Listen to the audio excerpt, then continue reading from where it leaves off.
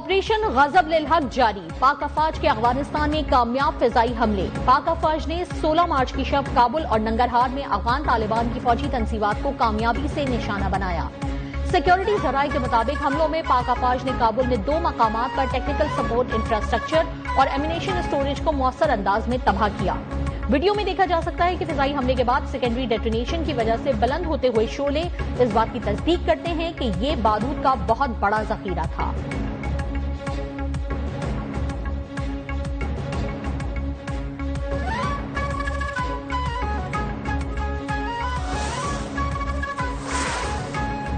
چین، Japan اور دیگر ممالک آبنائے ہرمز کو محفوظ بنانے کے لیے بحری بیڑے بھیجیں۔ ٹرمپ کی آبنائے ہرمز کھلوانے کے لیے اتحادیوں سے پھر مدد کی اپیل۔ کہا، آبنائے ہرمز سے امریکہ کا صرف 1% تیل جاتا ہے، چین کا 90%، پاکستان کا 95% اور کوریا کا 35% تیل ہرمز سے گزرتا ہے۔ جن ممالک کا تیل آبنائے ہرمز سے جاتا ہے وہ آگے آئیں اور مدد کریں۔ ایران کے دفاعی نظام کو تیزی سے تباہ کر رہے ہیں۔ آبنائے ہرمز میں بارودی سرنگیں بچھانے والی کشتیاں ڈبو دی ہیں۔ ایران کے بیلسٹک میزائل اور ڈرون حملوں میں 90% کمی ہو گئی۔ 100 سے زائد ایران کے بحری جہاز تباہ کر دیے۔ طاقتور فوج نے ایرانی رجیم کا خاتمہ کر دیا۔ حملوں کے بعد ایران ریڈار سے بھی محروم ہو گیا۔ ایران کی بحری فوج کو مفلوج کر دیا۔ 7000 کمرشل اور فوجی اہداف کو نشانہ بنایا۔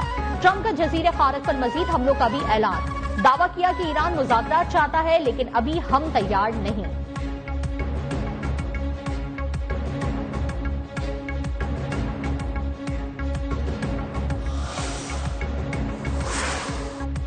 منتیں، التجائیں، خوشامدیں سب بیکار۔ اتحادیوں کا ٹرمپ کی مدد سے 2 ٹوک انکار۔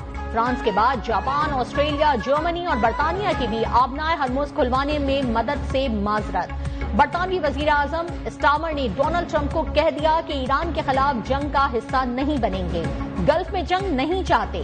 آبنائے ہرمز کو کھولنا کوئی آسان ہدف نہیں، ہم اس کے لیے بالکل بھی تیار نہیں، چاہے کتنا دباؤ کیوں نہ ہو۔ میرا کام برطانوی مفادات کا دفاع کرنا ہے۔ جاپان نے شرط عائد کی کہ خطے میں بہت بڑی تبدیلی پر ہی بحری جہاز بھیجے جا سکتے ہیں۔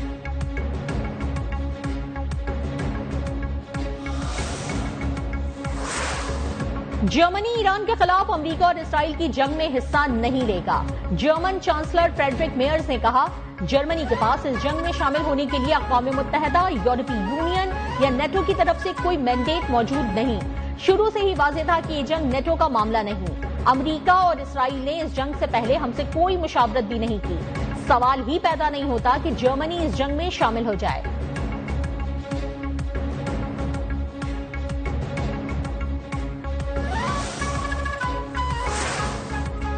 وزیر اعظم شہباز شریف کی زیر صدارت عالمی اور علاقائی کشیدگی پر اجلاس۔ عوام کو ریلیف دینے کے لیے اقدامات کا جائزہ۔ تیل کی فراہمی متعین قیمت پر فروخت کے لیے پاک ایپ پر نیا فیچر شامل۔ وزیر اعظم کی پیٹرولیم مصنوعات کی تقسیم کار کمپنیوں کو حکومت کے تعین کردہ نرخوں پر تیل کی فروخت یقینی بنانے کی ہدایت۔ کہا، ملک میں پیٹرولیم مصنوعات کی مناسب مقدار موجود ہے، کسی بھی صورتحال سے نمٹنے کے لیے تیار ہیں۔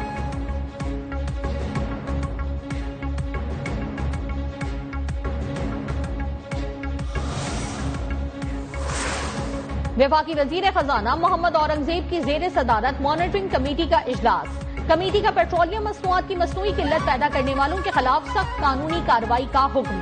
وزیر خزانہ محمد اورنگزیب کا پیٹرولیم سپلائی چین کا روزانہ کی بنیاد پر جائزہ لینے کا فیصلہ۔ اوگرا اور صوبائی حکومتیں ذخیرہ اندوزی پر کڑی نظر رکھیں۔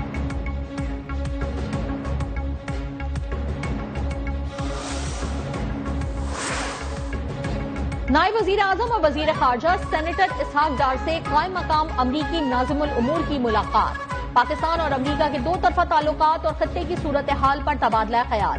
اسحاق ڈار کا خطے میں امن اور استحکام کے فروغ کی ضرورت پر زور۔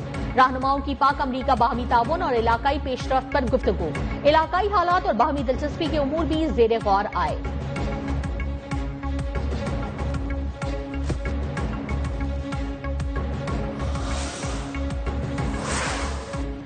اور کفایت شعاری مہم کے تحت صوبائی وزراء، معاونین خصوصی اور پارلیمانی سیکرٹریز 2 ماہ کی تنخواہ وزیر اعظم کفایت فنڈ میں جمع کرائیں گے۔